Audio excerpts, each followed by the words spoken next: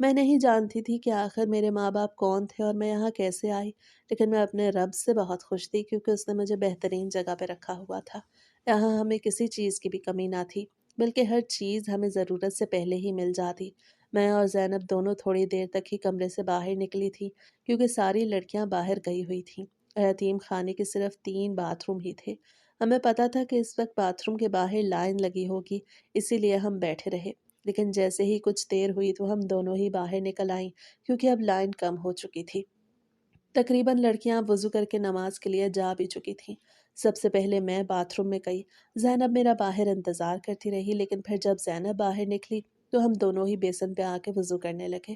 وضو کر کے ہم فوراً ہی کمرے میں آ گئے اور نماز ادا کی۔ ہم دونوں ایک ساتھ ہی سارے کام کیا کرتے، نماز پڑھنا، سبق یاد کرنا، سونا، سب ایک ساتھ کرتے۔ یہاں پہ ہمیں دنیاوی تعلیم بھی سکھائی جا رہی تھی۔ یہاں ہمارے امتحانات تو نہیں ہوتے تھے، لیکن آپا ہم سے امتحان سے بھی بڑھ کے وہ ساری چیزیں یاد کرواتی تھیں اور سمجھاتی تھیں۔ ہماری زندگی سکون سے گزر رہی تھی۔ زینب کو میرا سہارا تھا اور مجھے اس کا سہارا تھا۔ ہم دونوں ہی ایک دوسرے کے لیے ایک دوسرے کی کل کائنات تھے۔ پورے یتیم خانے میں ہماری دوستی مشہور تھی۔ سب جانتے تھے کہ ہم ایک دوسرے سے مشورہ کیے بغیر یا ایک دوسرے کے بغیر کوئی کام بھی نہیں کرتے۔ حتیٰ کہ ہم باتھ روم بھی جاتے تو ایک دوسرے کو ساتھ لے کے جاتے۔ کھانا بھی ایک ساتھ ہی بیٹھ کے ایک ہی تھالی میں کھاتے۔ نماز پڑھنے کے بعد ہم دونوں ہی جائے نماز پہ بیٹھے رہے اور اللہ کے حضور ہاتھ اٹھا لیے۔ زینب دعا کر رہی تھی اور میں بھی دعا کر رہی تھی۔ میری دعا میں سب سے پہلا ذکر زینب کا ہی تھا، کیونکہ میں نے اپنے اللہ سے اس کی سلامتی کی دعا سب سے پہلے کی، کیونکہ مجھے ہمیشہ ہی زینب سے دور جانے کا خوف ستانے لگتا تھا۔ زینب کی سلامتی کی دعائیں کرنے کے بعد میں نے اپنے لیے بھی ڈھیر ساری دعائیں کی اور اپنے ہاتھ چہرے پر پھیر لیے۔ زینب بھی دعا مانگ چکی تھی، اس لیے ہم دونوں ہی قرآن پاک کی تلاوت کرنے بیٹھ گئے، کیونکہ نماز پڑھنے کے بعد آپا ہم سے قرآن پاک کا سبق بھی سنتی تھی۔ قرآن پاک بھی ہمیں یہیں پہ پڑھایا جاتا تھا۔ ہمیں دنیاوی اور اخروی تعلیم دی جا رہی تھی۔ یتیم خانے کا نظام بہت ہی اچھا تھا۔ یہاں پر بہت ہی بڑے بڑے امیر لوگ فنڈز دے جاتے تھے، جس سے ہمارا یتیم خانہ بڑے اچھے سے چل رہا تھا۔ قرآن پاک کا سبق سنانے کے بعد ہم دونوں سہیلیاں کچن میں آ گئے، کیونکہ یتیم خانے میں ہم سب لڑکیوں کی باری ہوتی تھی۔ 2 لڑکیاں کچن میں کام کرواتی تھیں، آپا اور کلثوم کے ساتھ مل کر۔ یہاں بالکل ہی گھر والا ماحول تھا۔ آپا نے زینب کی اور میری باری ایک ساتھ رکھی ہوئی تھی، کیونکہ وہ جانتی تھی کہ ہم ایک دوسرے کے بغیر کوئی کام بھی نہیں کرتے۔ ہم کچن میں پہنچ چکے تھے۔ آپا وہاں پہلے سے ہی موجود تھی، کیونکہ قرآن پاک کا سبق سن کے وہ فوراً ہی کچن میں چلی جاتی تھی تاکہ ناشتے میں دیر نہ ہو جائے، کیونکہ یہاں وقت کا بہت خیال رکھا جاتا تھا۔ آپا یہاں ہماری بہت زیادہ مدد کرتی تھیں۔ انہوں نے ہی ہمیں سارے کام سکھائے، وہی بہت اچھی خاتون تھی۔ میں سکون سے کھڑی ادھر ادھر مٹک رہی تھی۔ میرے حصے کا کام بھی زینب ہی کر رہی تھی۔ وہ ایسی ہی تھی، میرے سارے کام اسی کو کرنے پڑتے۔ جب کبھی ہمارے کپڑے گندے ہو جاتے تو میں اپنے کپڑے اٹھا کے اس کو دے دیتی۔ وہ بڑی خوشی خوشی میرے کپڑے دھو دیتی۔ اگر کبھی اس کی طبیعت خراب ہوتی یا اس کا دل نہ ہوتا تو اس کے سارے کام میں کرتی۔ ہمارا خون کا رشتہ تو نہیں تھا، لیکن خون کے رشتوں سے بڑھ کے ہماری دوستی تھی۔ ہم ایک دوسرے پہ جان چھڑکتی تھی۔ کچن کا کام ہو گیا تو ہم کچن سے باہر نکل آئے۔ صحن میں دھوپ نکل چکی تھی، اسی لیے ہم دھوپ میں جا کے بیٹھ گئے، کیونکہ کھانا ابھی لگنے ہی والا تھا۔ آپا کے ساتھ ساتھ کچن میں ایک اور ہیلپر بھی رکھی ہوئی تھی جو ہماری مدد کرواتی تھی۔ کھانا وہی ٹیبل پہ لگواتی۔ یہاں پہ ایک بہت بڑا ڈائننگ ٹیبل تھا جس پہ ساری لڑکیاں بیٹھ کے کھانا کھاتی تھیں۔ یہ لڑکیوں کا یتیم خانہ تھا۔ یہاں ایک مرد بھی نہیں تھا سوائے گارڈ انکل کے اور کریم صاحب کے۔ کریم صاحب یہاں کے آنر تھے جو یہ یتیم خانہ چلا رہے تھے۔ سبھی بڑے لوگ، امیر لوگ آ کے انہیں فنڈ جمع کرواتے تھے اور وہ یتیم خانے پر بڑی ایمانداری سے وہ سارا فنڈ لگاتے تھے۔ وہ بھی بہت ہی اچھے انسان تھے۔ ہم باہر بیٹھے ہوئے تھے کہ اچانک سے کلثوم کی آواز ہمارے کانوں میں سنائی دی تو ہم ساری لڑکیاں ہی ڈائننگ روم میں پہنچ گئیں۔ ٹیبل بالکل سجی ہوئی تھی۔ پورے 8 بجے ٹیبل پہ کھانا لگ جاتا تھا، کیونکہ کھانا کھانے کے بعد ہم نے پڑھائی بھی کرنی ہوتی تھی۔ کھانا وغیرہ کھا کر ہم اپنے بیگ اٹھائے اور کمرے میں پہنچ گئے، جہاں پر ہماری کلاس لی جاتی تھی، جہاں ہمیں دنیا کی تعلیم کے ساتھ ساتھ اخروی تعلیم بھی سکھائی جاتی تھی۔ ہمیں ادب بھی سکھایا جاتا تھا۔ ہماری کلاس یہ پورے 2 گھنٹے کی ہوتی تھی۔ یتیم خانہ بہت بڑا تھا، 2 منزلیں تھیں۔ نیچے والی منزل پہ سبھی لوگ سوتے تھے اور آخری منزل پہ ہماری کلاسز ہوتی تھیں۔ کلاس لینے کے بعد ہم دونوں سہیلیاں ایک ساتھ ایک دوسرے کا ہاتھ پکڑ کے ہی نیچے آ گئے۔ میں بہت زیادہ تھک چکی تھی، اسی لیے آتے ساتھ ہی میں اپنے بستر پہ لیٹ گئی۔ ہمارے بستر چارپائیوں پہ نہیں بلکہ زمین پہ بنے ہوئے تھے۔ زمین پہ ہی میٹرس بچھے ہوئے تھے۔ میں جاتے ساتھ سو گئی۔ میری ٹانگوں میں تو بہت درد ہو رہا تھا کیونکہ میں اوپری منزل تک گئی تھی۔ میں ایسی ہی تھی، بہت جلدی تھک جاتی۔ کشمالہ کہو تو میں تمہارے پاؤں دبا دوں اگر تم تھک گئی ہو تو؟ زینب نے کہا تو میری ہنسی ہی نکل گئی۔ ارے نہیں میری جان، میرے پاؤں دبانے کی ضرورت نہیں، میں اتنی بھی نہیں تھکی ہوئی۔ تم بھی لیٹ جاؤ، تھوڑا ریسٹ کر لیتے ہیں، پھر شام میں بھی تو ہماری ہی باری ہے کچن میں کام کروانے کی۔ میں نے یہ کہا تو اس نے بھی میری بات مان لی اور میرے ساتھ والے میٹرس پہ لیٹ گئی۔ وہ اسی کی جگہ تھی، ہمارے میٹرس بالکل ساتھ ساتھ ہی تھے۔ یہ بھی میں نے آپا سے سفارش کی تھی، پہلے تو ہمارے درمیان میں ایک لڑکی کی جگہ تھی، لیکن آپا سے سفارش کرنے پہ ہماری جگہ ایک ساتھ ہو گئی۔ یتیم خانے کا اصول تھا کہ کوئی بھی بغیر آرام کرنے کے کمرے میں نہ آئے، کیونکہ ایک بہت بڑا ہال نما کمرہ تھا جس میں صرف اور صرف سب کے سونے کی جگہ بنی تھی۔ کسی کو اجازت نہیں تھی کہ وہ فضول باتیں کرنے کے لیے کمرے میں بیٹھے۔ جب کسی کا دل کرتا تو وہ آ کے اپنی جگہ پہ لیٹ جاتا۔ یہ کمرہ صرف آرام اور سکون کے لیے تھا۔ ساری لڑکیاں یہاں سونے کے لیے یا آرام کرنے کے لیے ہی آتی تھیں۔ کوئی بھی یہاں پہ فضول کی باتیں نہیں کرتا تھا۔ جس کسی کی بھی باتیں کرنی ہوتی تھیں وہ باہر صحن میں بیٹھ کے ہی کرتا۔ اسی لیے ہم دونوں سکون سے آ کے ہال میں سو گئی تھیں۔ لیکن جب میری نیند کھلی تو میرے ہوش ہی اڑ گئے، کیونکہ گھڑی پہ تو شام کے 4 بج رہے تھے۔ ظہر کی نماز بھی ہماری چھوٹ گئی تھی۔ عصر کی نماز کا بالکل آخری وقت چل رہا تھا۔ میں نے جلدی سے اسے اٹھایا تو وہ نیم بند آنکھوں میں مجھے دیکھنے لگی۔ کیا ہو گیا کشمالہ؟ اتنی ہڑبڑائی ہوئی کیوں لگ رہی ہو؟ وہ یہ کہہ کے پھر سے سو گئی۔ یار زینب، ظہر کی نماز چھوٹ گئی ہے، عصر کا بھی آخری وقت چل رہا ہے، شام کے 4 بج رہے ہیں، جلدی سے اٹھو۔ میں نے کہا تو وہ چونک کے اٹھ بیٹھی۔ ہم دونوں نے ایک نماز بھی کبھی نہیں چھوڑی تھی۔ نہ جانے آج ہماری آنکھ کیسے لگ گئی کہ ہم نماز پڑھنا ہی بھول گئے۔ جلدی سے باہر آئیں اور ہم دونوں نے وضو کیا اور نماز ادا کی۔ ظہر کی نماز تو رہ گئی تھی لیکن عصر کی نماز ہم ادا کر چکے تھے۔ عصر کی نماز ادا کرنے کے بعد میں اور زینب کچن میں آئے۔ ابھی کچن میں جانے کا وقت تو نہیں تھا لیکن ہم نے سوچا کہ جا کے آپا کا ہاتھ ہی بٹوا دیتے ہیں، کیونکہ آج وہ کچن کی صفائی کر رہی تھی۔ کھانا وغیرہ تو ہم سب مل کے بناتے تھے، لڑکیوں کی باری تھی، لیکن صفائی وغیرہ کا کام آپا اور کلثوم مل کے ہی کرتی تھی۔ ہم دونوں وہاں گئی تو انہوں نے کچن کو دھونا شروع کیا ہوا تھا۔ اتنی سردی میں نہ جانے ان کے ہاتھ کیسے چل رہے تھے۔ کچن کو دھوتا دیکھ کے تو میں زینب کا ہاتھ پکڑ کے فوراً سے اسے باہر لے آئی۔ دھوپ کا آخری نشان کونے میں پڑ رہا تھا۔ میں اسے لے کے وہاں کھڑی ہو گئی۔ زینب، آج تو میں نے اپنی جرابیں دھونی تھیں، مجھے تو بھول ہی گیا ہے، اگر اب دھوئی تو پھر سوکھیں گی نہیں، میں کیا پہنوں گی؟ مجھے ابھی ابھی یہ خیال آیا تھا۔ میں نے آج سوچا تھا کہ میں جرابیں دھوؤں گی لیکن مجھے بھول گیا۔ کافی دنوں سے میں نے جرابیں نہیں دھوئی تھیں، اسی لیے ان میں بدبو آتی تھی کہ مجھ سے برداشت ہی نہیں ہوتی تھی۔ ارے میری جان، تمہیں پریشان ہونے کی ضرورت نہیں، آؤ مل کے دھو لیتے ہیں، اگر سوکھی نہ بھی تو پھر تم میری والی پہن لینا۔ زینب نے یہ کہا تو مجھے اس پہ اور بھی پیار آنے لگا۔ یار تم میری دوست نہیں بلکہ میری بہن ہو، تم بہت اچھی ہو۔ میں اس کے گلے لگ کے اس کی تعریفوں کے پل باندھنے لگ گئی۔ اچھا اچھا، مکھن لگانے کی ضرورت نہیں۔ زینب نے یہ کہا تو میری ہنسی نکل گئی۔ وہ مجھے یہ سب تنگ کرنے کے لیے کہہ رہی تھی۔ بے شک ہم پکی دوستیں تھیں لیکن ایک دوسرے سے مذاق ہم اکثر کرتے رہتے تھے۔ پھر اچانک سے میرے ذہن میں ایک خیال آیا تو میں نے زینب سے وہ سوال کر دیا، زینب اگر تم مجھے اپنی جرابیں دے دو گی تو پھر تم کیا پہنو گی؟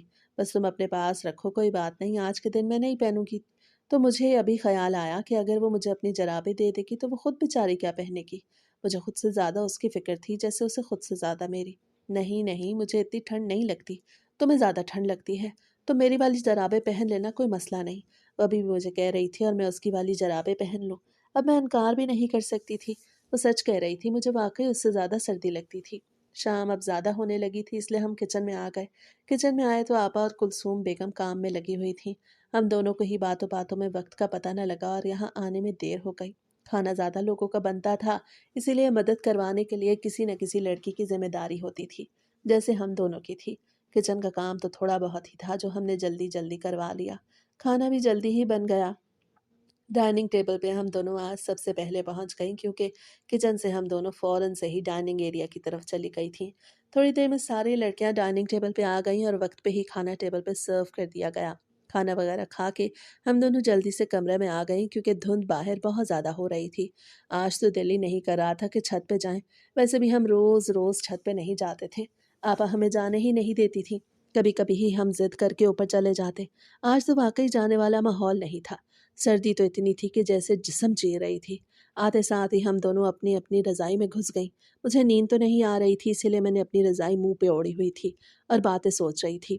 اچانک سے ذہن میں میلاد کا خیال آیا تو میں فوراً سے رضائی سے نکل آئی۔ میں نے اپنے میٹرس کو گھسیٹ کے زینب کے میٹرس کے ساتھ لگا لیا اور اس کی رضائی میں گھس گئی۔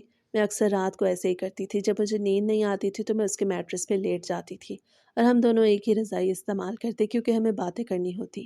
ہم اتنی آہستہ آواز میں باتیں کرتے کہ ہم دونوں کو ہی بڑی مشکل سے سنائی دیتی تھی، کیونکہ یہاں تو بات کرنے کی اجازت ہی نہیں تھی۔ ساری لڑکیاں سکون سے سو رہی تھیں، ایک ہم دونوں ہی تھیں جو باتوں میں لگی ہوئی تھیں۔ یار ابھی ابھی مجھے ایک بات یاد آئی ہے، اسی لیے تو میں تمہاری رضائی میں گھسی ہوں۔ میلاد پہ تم کون سے کپڑے پہن رہی ہو؟ میں مجھ سے میلاد کے کپڑوں کے بارے میں پوچھ رہی تھی۔ میں نے اس سوال کیا تو وہ ہنسنے لگی۔ ارے تمہیں رات کے اس وقت کپڑوں کا خیال کیسے آ گیا؟ ابھی تو میلاد میں 2 دن پڑے ہیں، سوچ لیں گے کوئی نہ کوئی سوٹ۔ زینب نے یہ کہا تو مجھے بڑی حیرت ہوئی، کیونکہ اسے تو ایسی چیزوں کی ذرا بھی فکر نہیں ہوتی تھی۔ ایک میں ہی تھی جو ہر وقت ایک ایک چیز کو بڑا سوچتی تھی۔ یار زینب، پھر بھی تم نے کچھ سوچا تو ہوگا۔ کہہ رہے ہیں کہ بہت لوگ آنے والے ہیں اس میلاد میں، بڑے بڑے امیر آئیں گے جو کریم صاحب کو فنڈ دینے کے لیے محل میں شریک ہوں گے۔ اس محفل کو کوئی عام نہ سمجھو۔ میں تو کہتی ہوں ابھی سے ہی سوچ لو کچھ اچھے سے کپڑے، یہ نہ ہو کہ ہم ساری لڑکیوں سے کم لگیں۔ میں اب بال کی کھال نکالنے لگی۔ میں ہر بات کو ہی ایسے کرتی تھی، لیکن میرے برعکس زینب بالکل ہی خاموش طبیعت کی مالک تھی۔ وہ میری باتیں بس خاموشی سے سنتی، اسے میری طرح اتنا بولنا پسند نہیں تھا۔ ہاں ہاں میرے ماں، اب چپ ہو جاؤ، مجھے ذرا نیند آنے لگی ہے۔ سوچ لیں گے کل کے کون سے کپڑے پہننے ہیں، ابھی 2 دن پڑے ہیں۔ وہ یہ کہہ کے دوسری طرف منہ کر کے سو گئی تو میں اس کی رضائی سے نکل کے اپنی رضائی میں گھس گئی۔ ہمارے میٹرس تو ایک ساتھ ملی ہوئی تھی، لیکن اب میں اپنی رضائی میں آ چکی تھی۔ اب تو مجھے بھی تھوڑی تھوڑی نیند آنے لگی تھی۔ صبح جب میری آنکھ کھلی تو آج بھی معمول کے مطابق اذانیں ہی ہو رہی تھیں۔ میری روز ہی اذانوں کے وقت نیند کھل جاتی، آج بھی روٹین کے مطابق سب کچھ ہوا تھا۔ وقت بڑی تیزی سے گزرتا جا رہا تھا۔ آج جمعے کا دن تھا اور ہمارے یتیم خانے میں بہت بڑی محفل تھی۔ آج میلاد کی محفل رکھی گئی تھی اور بہت بڑے بڑے لوگوں نے شریک ہونا تھا۔ میں نے اور زینب نے اپنے کپڑے بھی سوچ لیے تھے۔ آج ہم نے بہت اچھے کپڑے پہننے تھے۔ محفل دوپہر میں رکھی گئی تھی، صبح کے 9 بج رہے تھے۔ سبھی کھانا کھا چکے تھے اور کمرے میں بیٹھے ہر کوئی اپنے کپڑے استری کرنے کے بارے میں سوچ رہا تھا۔ زینب، میں تو کہتی ہوں اپنے کپڑے دو، میں جلدی سے جا کے استری کراتی ہوں، یہ نہ ہو پھر رش لگ جائے اور ہم دونوں رہ جائیں۔ میں نے کہا تو زینب کا کہا ہی نکل گیا۔ ارے کشمالا، تمہیں ہو کیا گیا ہے؟ اتنی جلدی بھی نہیں ہے۔ آپا نے کہا تھا کہ 12 بجے ہی محفل شروع ہوگی، ابھی تو صرف 9 ہی بج رہے ہیں، کر لیں گے کپڑے استری۔ وہ تھوڑی سست تھی اور میں چست، اسی لیے میں نے زبردستی اس سے وہ کپڑے لیے اور وہاں پہنچ گئی جہاں ہم کپڑے استری کرتے تھے۔ میں اسی لیے ہی جلدی یہاں آئی تھی تاکہ جب لڑکیوں کا رش بڑھنے لگے تو میں اپنے اور زینب کے کپڑے استری کر چکی ہوں۔ مجھے کسی بھی چیز میں دیر اچھی نہیں لگتی تھی۔ آج کی محفل بہت ہی اچھی تھی، مگر ہم سبھی بہت زیادہ تھک گئے تھے۔ وقت جیسے پر لگا کے اڑتا جا رہا تھا۔ محفل کو گزرے ہوئے پورا مہینہ ہو چکا۔ پورا 1 مہینہ پہلے ہم محفل کے انتظار میں اور تیاریوں میں لگے تھے، لیکن وقت کا تو پتہ ہی نہ لگا کہ محفل کو گزرے ہوئے پورا مہینہ ہو چکا۔ ایک دن میں اور زینب صحن میں بیٹھی باتیں کر رہی تھی کہ اچانک سے کلثوم آئی اور یہ حکم سلا کے چلی گئی کہ مجھے آپا بلا رہی ہیں۔ آپا کا ایک الگ سے کمرہ تھا، اس لیے اگر انہیں کسی سے بات کرنی ہوتی تو انہیں اپنے کمرے میں ہی بلا لیتی۔ مجھے حیرت تو ہوئی کہ آخر وہ مجھے کیوں بلا رہی ہیں، لیکن میں اس کے ساتھ اٹھ کے فوراً ہی چلی گئی۔ کلثوم مجھے آپا کے کمرے کے باہر چھوڑ کے چلی گئی اور میں آپا کے کمرے کے اندر پہنچ گئی۔ آپا نے مجھے دیکھا تو اپنے پاس بٹھانے کا کہا۔ میں جا کے ان کے پاس بیٹھ گئی۔ ان کی شکل دیکھ کے تو یہی لگ رہا تھا کہ وہ کوئی بہت ہی سنجیدہ بات کرنے والی ہیں۔ میں بڑے اطمینان سے ان کے چہرے کو دیکھ رہی تھی، لیکن انہوں نے ایک ایسی بات کہی جسے سن کے میرے تن بدن میں خوشی کی لہر دوڑ گئی۔ کشمالا، تمہارے لیے ایک بہت ہی اچھا رشتہ آیا ہوا ہے۔ میلاد والی محفل میں ایک لڑکے نے تمہیں پسند کیا ہے، بہت ہی اچھا رشتہ ہے۔ مجھے بہت اچھا لگا ہے، اسی لیے میں نے سوچا کہ تم سے تمہاری رضامندی پوچھ لوں۔ تمہارے ماں باپ تو ہیں نہیں، میں ہی تمہاری ماں ہوں اور میں ہی تمہارا باپ ہوں، اسی لیے میں تمہیں یہی مشورہ دوں گی کہ تم ہاں کر دو، لیکن یاد رہے آخری فیصلہ تمہارا ہی ہوگا، تم پہ کوئی زبردستی نہیں۔ آپا مجھے بڑے پیار سے سمجھا رہی تھی، ان کی بات تو مجھے بڑی آسانی سے سمجھ آ گئی اور میں بہت خوش بھی تھی۔ آپا میں سمجھ سکتی ہوں آپ میرے لیے کوئی غلط فیصلہ نہیں کر سکتی، اگر رشتہ آیا ہے اور مناسب لگتا ہے تو آپ رشتہ پکا کر سکتی ہیں، مجھے کوئی اعتراض نہیں۔ میں نے صاف صاف انہیں جواب دے دیا۔ میں نے تو سوچنے کا وقت بھی نہ مانگا، وقت مانگ کے بھی میں کیا کر لیتی۔ جب آپا کہہ رہی تھیں تو وہی بہتر تھا، کیونکہ وہ بہت تجربہ کار تھیں اور بہت اچھی خاتون تھیں۔ میں آپا کو رضامندی دے کے کمرے سے باہر نکل چکی تھی۔ میں صحن میں آئی تو زینب مجھے سوالیہ نظروں سے دیکھ رہی تھی۔ مجھے پتا تھا وہ آخر اس طرح سے مجھے کیوں دیکھ رہی ہے۔ وہ ضرور ہی مجھ سے یہ پوچھنا چاہ رہی تھی کہ آپا نے مجھے کیا کہا ہے، کشمالا تمہیں آپا نے کیوں بلایا، خیریت تو ہے؟ جیسے ہی میں اس کے ساتھ بیٹھی تو زینب نے مجھ سے سوال کر لیا۔ میں جانتی تھی کہ وہ مجھ سے یہی سوال کرنے والی ہے۔ زینب، آپا نے کہا ہے کہ میرے لیے ایک بہت ہی اچھا رشتہ آیا ہے، اسی کی رضامندی لینے کے لیے وہ مجھے بلا رہی تھی۔ میں نے انہیں رضامندی دی ہے کیونکہ مجھے لگتا ہے کہ وہی بڑی ہیں، وہی بہتر فیصلہ کر سکتی ہیں۔ میں بڑی خوشی خوشی زینب کو بتا رہی تھی، لیکن اس کے چہرے پہ تو خوشی کا نام و نشان بھی نہیں تھا۔ مجھے حیرت ہو رہی تھی، لیکن پھر اچانک سے میرے ذہن میں خیال آیا تو میری ساری حیرت ہی دور ہو گئی، کیونکہ مجھے سمجھ آ گئی تھی کہ زینب میرے یہاں سے چلی جانے کی وجہ سے پریشان ہو رہی ہے۔ زینب، تم پریشان ہو رہی ہو، میں سمجھ سکتی ہوں، لیکن اب شادی کبھی تو ہم نے کرنی ہی ہے نا۔ میں اس کے کندھے پہ سر رکھ کے اسے سمجھا رہی تھی۔ اس سے بچھڑنے کا دکھ تو مجھے بھی تھا، لیکن مجھے اپنی شادی کی خوشی تھی، اور سب سے بڑی خوشی اس بات کی تھی کہ اس لڑکے نے مجھے پسند کیا تھا۔ ہمیشہ سے ہی میری یہی سوچ رہی تھی کہ اگر کوئی آپ کو پسند کرے تو آپ اس سے شادی کریں، نہ کہ اس سے جسے آپ پسند کرتے ہوں، کیونکہ اگر آپ اس سے شادی کر لیں گے جسے آپ پسند کرتے ہوں تو آپ ساری زندگی اس کے غلام بن کے رہ جاتے ہیں، مگر جو شخص آپ کو پسند کرتا ہو وہ ساری زندگی آپ کی خدمت میں اپنی زندگی صرف کر دیتا ہے۔ مجھے رشتہ بھی میری سوچ کے مطابق ہی ملا تھا۔ وقت تو جیسے پر لگا کے اڑتا جا رہا تھا۔ پورے یتیم خانے میں یہ بات پھیل گئی کہ میرا رشتہ آیا ہے۔ ایک ہفتے میں ہی نکاح رکھا گیا، کیونکہ آپا کو تو میں نے رضامندی دے ہی دی تھی۔ اس لڑکے کی بھی یہی خواہش تھی کہ سادگی سے نکاح کیا جائے۔ وہ لڑکا بھی یتیم تھا، اسی لیے کسی یتیم لڑکی سے شادی کرنا چاہتا تھا۔ اسے روپے پیسے کی ذرا بھی کمی نہیں تھی، لیکن پھر بھی وہ ایک یتیم لڑکی کا سہارا بننا چاہتا تھا۔ مجھے تو اس کی سوچ پہ بھی فخر ہوتا تھا۔ جیسے جیسے میرے نکاح کے دن قریب آتے جا رہے تھے، میرا دل مٹھی میں آ گیا۔ مجھے ایسے محسوس ہوتا تھا کہ میرا دل بند ہو جائے گا، کیونکہ اب میرے زینب سے بچھڑنے کے دن آ گئے تھے، جن کا میں تصور بھی نہیں کر سکتی تھی۔ بے شک مجھے شادی کی خوشی تھی، لیکن زینب سے بچھڑنے کا خوف مجھے اندر ہی اندر کھائے جا رہا تھا۔ وقت تو جیسے پر لگا کے اڑتا جا رہا تھا، اور وہ وقت بھی آ گیا جب میں کمرے میں دلہن بنی نکاح کا انتظار کر رہی تھی۔ تھوڑی دیر میں آپا کے ساتھ کچھ لوگ آئے، ان کے ساتھ نکاح خواہ بھی تھا۔ وہ لڑکا یہاں نہیں بیٹھا تھا، بلکہ نکاح علیحدگی میں ہوا تھا۔ نکاح کی رضامندی لے کے وہ لوگ وہاں سے جا چکے تھے۔ نکاح ہو چکا تھا، میری آنکھوں سے زاروں قطار آنسو بہ رہے تھے۔ نکاح ہوتے ہی زینب آ کے مجھ سے گلے لگ گئی۔ وہ پھوٹ پھوٹ کے رو رہی تھی۔ اسے دیکھ دیکھ کے تو مجھے اور بھی زیادہ رونا آ رہا تھا۔ میرا تو دل جیسے مٹھی میں آ گیا، میرے دل کی دھڑکنیں بڑھ رہی تھیں۔ ایسے محسوس ہو رہا تھا کہ ابھی سینے سے ہی باہر نکل آئے گا، لیکن میں مجبور تھی۔ اب جو ہونا تھا ہو چکا تھا۔ میری رخصتی کا وقت آیا تو میں نے زینب کو زور سے گلے لگا لیا۔ تھوڑی ہی دیر میں رخصتی ہو گئی اور میں ایک بڑی سی گاڑی میں بیٹھ کے اپنے شوہر کامران کے ساتھ اس کے گھر آ گئی۔ گھر بہت بڑا اور عالیشان تھا۔ میں نے تو ایسا گھر کبھی زندگی میں دیکھا ہی نہیں تھا۔ میں کمرے میں بیٹھی دلہن بنی اپنے شوہر کا انتظار کر رہی تھی۔ اچانک سے دروازے پہ دستک ہوئی تو میں نے اپنی نظریں جھکا لی۔ وہ اندر داخل ہو چکے تھے، انہوں نے اندر سے دروازہ بند کر لیا۔ میرے ہاتھ پاؤں کانپ رہے تھے، میں نے اپنی مٹھیاں بھینچ لیں اور اپنا گھونگھٹ اور نیچے کر لیا۔ وہ میرے بالکل پاس آ کے بیٹھ گئے۔ مجھے بڑا عجیب لگ رہا تھا۔ زندگی میں پہلی بار کوئی لڑکا میرے اتنے قریب آ کے بیٹھا۔ وہ لڑکا اب میرا شوہر تھا، اس کا حق تھا کہ وہ میرے ساتھ بیٹھ سکتا تھا۔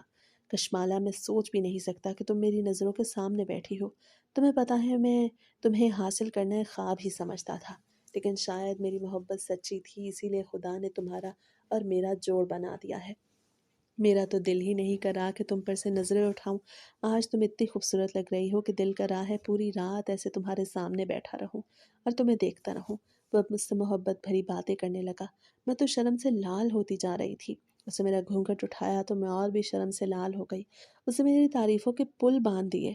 اچانک اس نے اپنی جیب سے ایک ڈبیا نکالی جس میں سونے کی خوبصورت انگوٹھی تھی۔ پھر بڑے پیار سے وہ انگوٹھی میرے دائیں ہاتھ کی انگلی میں پہنائی۔ وہ انگوٹھی بہت خوبصورت تھی اور میرے ہاتھوں میں تو بڑی سج رہی تھی، کیونکہ وہ بڑی محبت سے میرے لیے لے کے آیا تھا۔ کامران کا تو منہ محبت کا اظہار کر کر کے ہی نہیں تھک رہا تھا۔ اب تو میرے دل میں بھی اس کے لیے محبت پیدا ہونے لگی، کیونکہ جب کوئی شخص آپ سے محبت کا اظہار کر دیتا ہے تو آپ کے دل میں بھی آٹومیٹک ہی محبت اس شخص کے لیے بڑھنے لگتی ہے۔ آج کی رات ہمارے لیے بہت یادگار تھی۔ صبح اس سے بھی زیادہ حسین تھی۔ وہ بازار سے ناشتہ لے کے آئے۔ ہم دونوں نے ساتھ مل کے ناشتہ کیا۔ میں اس کے ساتھ بہت خوش تھی، لیکن مجھے زینب کی بہت زیادہ یاد آ رہی تھی۔ میں بار بار ہی یہی سوچ رہی تھی کہ آخر وہ بیچاری اکیلی وہاں پہ کیا کر رہی ہوگی۔ وقت بڑی تیزی سے گزرتا جا رہا تھا۔ میری شادی کو پورا 1 مہینہ ہو چکا تھا۔ زینب کی کمی اب مجھے پہلے سے بھی زیادہ محسوس ہونے لگی۔ میں یتیم خانے والے نمبر پہ اکثر کال تو کرتی، لیکن فون پہ بات کرنے سے میرا دل نہیں بھرتا تھا۔ میرا دل کرتا تھا کہ میں زینب سے ملوں، لیکن روز روز مجھے وہاں جانے کی اجازت نہیں تھی۔ ابھی تک تو میں زینب کا کوئی رشتہ بھی نہیں ہوا تھا۔ وہ بیچاری تنہا وہاں پہ رہ رہی تھی۔ اسے تو کسی اور کو بھی دوست نہیں بنایا تھا۔ کبھی کبھی میں خود کو بڑا ہی خود غرض سمجھتی تھی، کیونکہ میں اس بیچاری کو وہاں تنہا چھوڑ کے شادی کر کے یہاں آ گئی تھی۔ اگر میں ہاں نہ کرتی تو شاید میں اور زینب وہاں آج بھی سکون سے زندگی گزار رہے ہوتے۔ میں یہاں بھی بہت خوش تھی۔ کامران میرا بہت خیال کرتے تھے اور مجھ سے بہت ہی محبت کرتے تھے، لیکن زینب کی کمی مجھے ہمیشہ محسوس ہوتی۔ وقت کے ساتھ ساتھ یہ کمی بڑھتی ہی گئی۔ وقت کے ساتھ ساتھ یہ کمی جنون میں بدلنے لگی۔ اچانک سے ایک دن بیٹھے بیٹھے یہ خیال آیا کہ میں کامران کی شادی زینب سے کروا دیتی ہوں۔ اس طرح زینب بھی میرے ساتھ میرے گھر میں رہے گی، اور اس کی اس جگہ سے بھی جان چھوٹ جائے گی، اسے وہاں نہیں رہنا پڑے گا۔ میرے ذہن میں خیال تو آ گیا، لیکن مجھے اب یہ ڈر تھا کہ میری بات کامران سنیں گے بھی یا نہیں۔ لیکن مجھے اتنا یقین تھا کہ وہ میری بات نہیں ٹالیں گے۔ ایک دن میں موقع دیکھ کے کامران کے پاس بیٹھ گئی۔ کامران، میں آج آپ سے بہت ہی اہم بات کرنے آئی ہوں۔ میں نے جاتے ہی اپنی بات کی شروعات کر دی۔ کامران مجھے حیرت سے دیکھ رہے تھے۔ کشمالا، آج ایسی کون سی بات ہو گئی جس کے لیے تمہیں اتنی تمہید باندھنی پڑ رہی ہے؟ جو بھی بات ہے تم کھل کے کرو۔ وہ میری طرف بالکل متوجہ تھے اور مجھ سے پوچھ رہے تھے۔ کامران، میں چاہتی ہوں آپ دوسری شادی کر لیں، وہ بھی میری دوست زینب کے ساتھ۔ آپ تو جانتے ہیں نا کہ وہ میری بہت ہی قریبی دوست ہے۔ وہ یتیم خانے میں بالکل اکیلی ہو کے رہ گئی ہے۔ پہلے تو ہم دونوں ساتھ ساتھ سارے کام کرتے تھے اور ایک ساتھ رہتے تھے، لیکن اب جب سے میں یہاں پہ آ گئی ہوں، اس کا دل وہاں پر بالکل بھی نہیں لگتا۔ میں نے جیسے ہی یہ کہا تو کامران کی آنکھوں میں عجیب سی کشمکش پھیل گئی۔ کشمالا، یہ تم کیسی باتیں کر رہی ہو؟ تمہارا دماغ تو ٹھیک ہے نا؟ میں دوسری شادی کیسے کر سکتا ہوں؟ تم میری محبت ہو اور میں تم سے شادی بھی کر چکا ہوں اور میں تمہارے ساتھ خوش ہوں۔ مجھے کیا ضرورت ہے دوسری شادی کرنے کی؟ ایسا نہیں ہو سکتا۔ مجھے تو حیرت ہو رہی ہے کہ تم کیسی لڑکی ہو جو اپنے شوہر کی دوسری شادی کروانا چاہتی ہو۔ اس وقت تو مجھے کامران نے جھڑک دیا، لیکن وہ زینب کے لیے میری محبت کو نہیں جانتے تھے، اسی لیے یہ سب کہہ رہے تھے۔ جیسے جیسے وقت گزرتا جا رہا تھا، میں نے معمول بنا لیا۔ میں اب روز ہی کامران سے اس بارے میں بات کرتی، کیونکہ مجھے امید تھی کہ وہ ایک نہ ایک دن میری بات ضرور مانیں گے۔ ایک رات کو جب وہ کمرے میں بیٹھے دودھ پی رہے تھے، میں جا کے ان کے ساتھ بیٹھ گئی۔ کامران، آپ کو ذرا بھی مجھ سے محبت نہیں؟ اگر آپ کو مجھ سے محبت ہوتی تو پھر آپ میری کسی بھی بات کا انکار نہ کرتے۔ میں نے بڑا ایموشنل ہو کے کامران سے یہ کہا تو وہ حیرت سے مجھے دیکھنے لگے۔ کشمالا، آخر تمہیں ہو کیا گیا ہے؟ تم میرے پیچھے کیوں پڑ گئی ہو؟ میں تمہارے ساتھ خوش ہوں، دوسری شادی نہیں کرنا چاہتا۔ تمہیں کیا مسئلہ ہے مجھ سے؟ تمہاری جو خواہش ہے وہ میں پوری نہیں کر سکتا۔ کامران مجھ پہ غصہ کرنے لگے۔ کامران، آپ کو میری بات سمجھنی چاہیے، وہ میری کوئی عام دوست نہیں بلکہ میرے جسم کا حصہ ہے۔ مجھے ایسے محسوس ہوتا ہے کہ میرے جسم کا حصہ ہی وہاں رہ گیا ہے۔ آپ کو لگتا ہوگا کہ وہ میری صرف دوست ہے، لیکن وہ میرے لیے دوست سے بڑھ کے ہے۔ خدا کے لیے میری بات مان لیں۔ میں نے اب ان کے سامنے باقاعدہ ہاتھ جوڑ لیے، کیونکہ مجھے لگ رہا تھا کہ آپ کچھ ماننے لگے ہیں، اور ایسا ہی ہوا۔ میں نے انہیں بہت زیادہ ایموشنل کر دیا، اسی لیے انہیں میری بات ماننی پڑی۔ وقت بڑی تیزی سے گزرتا جا رہا تھا۔ میں نے زینب کو بھی ساری بات سمجھا دی تھی۔ پہلے تو وہ بالکل بھی نہیں مان رہی تھی، لیکن پھر میرے اصرار پہ وہ مان گئی۔ وہ دن بھی آ گیا جس دن میں زینب کو اپنے شوہر کے ساتھ بیاہ کے اس گھر میں لے آئی۔ میری تو خوشی کا کوئی ٹھکانہ ہی نہیں رہا تھا۔ میری جان سے پیاری دوست میرے ساتھ میرے گھر ہی رہنے والی تھی۔ اس سے بڑھ کے اور میں کیا چاہتی تھی؟ میں اسے گھر تو لے آئی، لیکن اب میرا دل گھبرانے لگا۔ خوشی تو تھی مجھے اس کے اس گھر میں آ جانے کی، لیکن میرا دل یہ نہیں کر رہا تھا کہ میں کامران کو اس کے کمرے میں بھیجوں۔ اسی لیے میں اس کے کمرے میں جا کے سو گئی اور کامران سے کہہ دیا کہ میں ہی آج زینب کے کمرے میں سوں گی۔ وہ خاموشی سے دوسرے کمرے میں جا کے سو گئے۔ اب تو میں نے روز ہی یہ معمول بنا لیا۔ میرا دل نہیں کرتا تھا کہ میں کامران کو زینب کے پاس بیٹھنے بھی دوں، کیونکہ میری تو صرف اتنی خواہش تھی کہ میں زینب کو بس اس گھر میں لاؤں۔ میں اپنے شوہر کو اس کے ساتھ تقسیم نہیں کر سکتی تھی۔ دن گزرتے جا رہے تھے، شادی کو پورا 1 ہفتہ ہو چکا۔ میں نے ایک دفعہ بھی کامران کو زینب کے کمرے میں تنہا نہیں بھیجا۔ زینب نے بھی کوئی اصرار نہیں کیا، اور نہ ہی آج تک کامران نے کوئی سوال کیا۔ سب کچھ بڑا اچھے سے گزر رہا تھا۔ میں اور زینب بڑے مزے سے گھر میں رہ رہے تھے۔ وہ ہر وقت میرا شکریہ ادا کرتی رہتی، کیونکہ اسے بھی پتا تھا کہ میں نے اس کے لیے اتنی بڑی قربانی دی۔ ایک دن میری طبیعت بہت زیادہ خراب ہو گئی تو میں کمرے سے باہر ہی نہیں آئی۔ زینب پورا دن میرے پاس کمرے میں رہی اور میری خدمت کرتی رہی۔ مجھے اس کے آنے سے بہت زیادہ فائدہ ہو گیا تھا۔ بے شک ہمارے گھر میں نوکر چاکر تھے، لیکن وہ میری خدمت بہت اچھے سے کرتی، اور سب سے بڑی بات تھی کہ وہ میری قریبی دوست تھی۔ لیکن جب سے زینب دوسری بیوی بن کے اس گھر میں آئی تھی، میرے دل میں کچھ عجیب سی کھٹک ہونے لگی۔ زینب کی محبت میں کمی تو نہ آئی، لیکن کچھ عجیب سی بے چینی ہو رہی تھی مجھے، وہ بھی اس وقت سے جب سے زینب اس گھر میں آئی تھی۔ میں اور زینب دونوں کمرے میں بیٹھی ہوئی تھی کہ اچانک سے کامران کمرے میں داخل ہوا۔ اس کے ہاتھ میں دودھ کا گلاس تھا۔ کشمالا، یہ دودھ کا گلاس پی لو اور سو جاؤ، تمہاری طبیعت بہت خراب ہو رہی ہے۔ کھانا تو کھا لیا ہے تم نے؟ وہ دودھ کا گلاس تھماتے ہوئے مجھ سے سوال کر رہا تھا۔ جی کامران، میں نے کھانا کھا لیا تھا۔ میں نے کامران کے ہاتھ سے دودھ لیا اور فوراً سے پی لیا۔ زینب وہاں سے جا چکی تھی جب کامران کمرے میں آیا تھا۔ کامران تھوڑی دیر میرے پاس بیٹھا رہا، لیکن جب مجھے نیند آنے لگی تو وہ وہاں سے چلا گیا۔ اسے کمرے کی لائٹ آف کر دی۔ میری ہلکی ہلکی آنکھیں کھلی ہوئی تھی، میں دیکھ سکتی تھی کہ وہ وہاں سے جا رہا ہے، لیکن میرے میں اتنی ہمت نہیں تھی کہ میں بول سکتی۔ آنکھوں میں نیند اتنی بڑھ گئی کہ آنکھیں کھل ہی نہیں سکتی تھی۔ صبح جب میری نیند کھلی تو میرا سر مجھے بہت زیادہ بھاری بھاری محسوس ہو رہا تھا۔ میں نہیں جانتی تھی کہ آخر اتنی جلدی مجھے نیند کیسے آئی، لیکن پھر آہستہ آہستہ مجھے سارا واقعہ یاد آنے لگا۔ جب کامران نے مجھے دودھ دیا اور فوراً ہی مجھے نیند آ گئی۔ کامران میرے پاس نہیں سو رہے تھے۔ میں فوراً سے اٹھی اور دوڑ کے اپنے برابر والے کمرے میں گئی جہاں پر زینب کا کمرہ تھا، لیکن جیسے ہی میں کمرے میں گئی تو میرے ہوش اڑ گئے۔ کمرے میں ہر چیز ترتیب سے پڑی تھی، لیکن کمرے کی خاموشی چیخ چیخ کے بتا رہی تھی کہ یہاں ضرور ہی کچھ ہوا ہے۔ کامران تو اس کمرے میں موجود نہیں تھا، لیکن میرے ذہن میں وہ سوالات گھوم رہے تھے جنہیں میں سوچنا بھی نہیں چاہتی تھی۔ میں نے ایک جھٹکے سے زینب کو اٹھایا اور اس سے سوالات شروع کر دیے۔ کیا کامران تمہارے کمرے میں سویا تھا؟ میں غصے بھری نظروں سے اسے دیکھ رہی تھی۔ آج پہلی دفعہ میں نے اس پر غصہ کیا، لیکن اس کے چہرے پہ تو عجیب سا اطمینان تھا۔ وہ بالکل ہی خاموش ہو کے رہ گئی۔ اس نے مجھے کوئی جواب نہ دیا، لیکن اس کی خاموشی سے مجھے جواب مل گیا۔ میں تو غصے سے تل ملا گئی۔ میرے ہاتھ پاؤں کانپ رہے تھے۔ مجھے بالکل بھی اچھا نہیں لگ رہا تھا کامران کو زینب کے ساتھ بانٹنا۔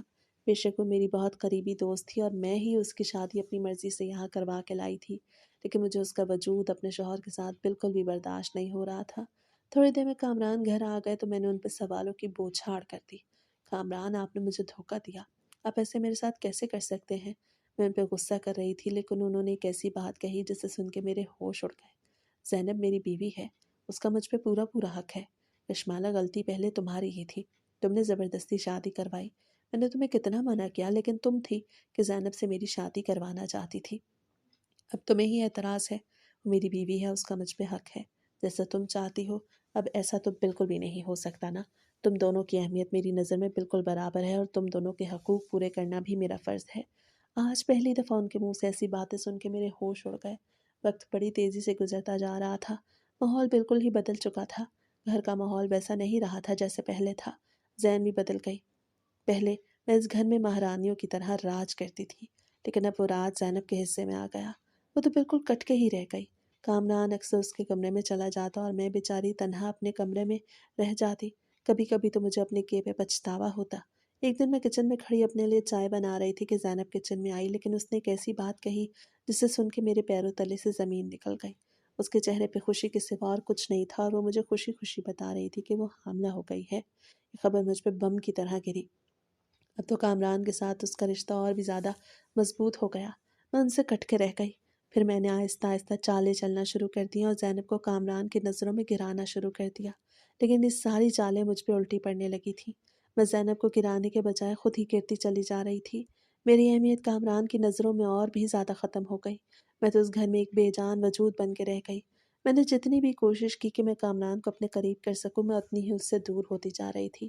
ایک دن میں نے پلان کیا کہ زینب کو زہر دے کے مار دیتی ہوں، کیونکہ مجھ سے اب اس کا وجود یہاں برداشت نہیں ہو رہا تھا۔ میں ذہنی طور پر بیمار ہو رہی تھی۔ میں کھانے میں زہر ملا رہی تھی کہ اچانک سے زینب وہاں آ گئی اور اس نے چیخنا چلانا شروع کر دیا۔ اس کی چیخ سن کے کامران وہاں آ چکا تھا۔ وہ دونوں دیکھ چکے تھے کہ میں کیسے کھانے میں زہر ملا رہی تھی۔ شام کو میں کمرے میں آ گئی۔ میں زہر تو نہیں ملا پائی تھی، لیکن میری حقیقت کھل چکی تھی۔ کامران کمرے میں آیا اور اس نے ایک ایسی بات کہی جسے سن کے میرا دل ہی ٹوٹ گیا۔ کامران کہہ رہے تھے کہ زینب چاہتی ہے میں اس گھر سے ہمیشہ ہمیشہ کے لیے چلی جاؤں۔ کامران خود بھی ایسا ہی چاہتے تھے، کیونکہ انہیں وہ خوشی مل چکی تھی جو انہیں ایک بیوی سے چاہیے تھی۔ میں نے خود ہی اپنے پاؤں پہ کلہاڑی ماری۔ کامران میں اب آپ کو چھوڑ کے کہیں بھی نہیں جا سکتی۔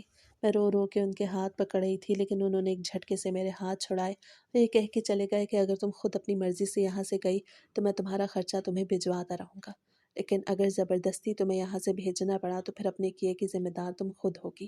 کامران یہ کہہ کے وہاں سے جا چکا تھا۔ میری طبیعت دن بدن خراب ہوتی جا رہی تھی۔ میں ذہنی طور پہ بہت بیمار ہو گئی تھی۔ آخر وہ دن بھی آ گیا جب کامران نے مجھے دھکے دے کے گھر سے باہر نکال دیا اور میں اسی یتیم خانے میں آ گئی جہاں سے نکل کر گئی تھی۔ زندگی نے مجھے بہت بڑا سبق دیا۔ میں باپا کے ساتھ مل کے ان تمام بچوں کو پڑھاتی تھی جہاں پہلے ہم رہتے تھے۔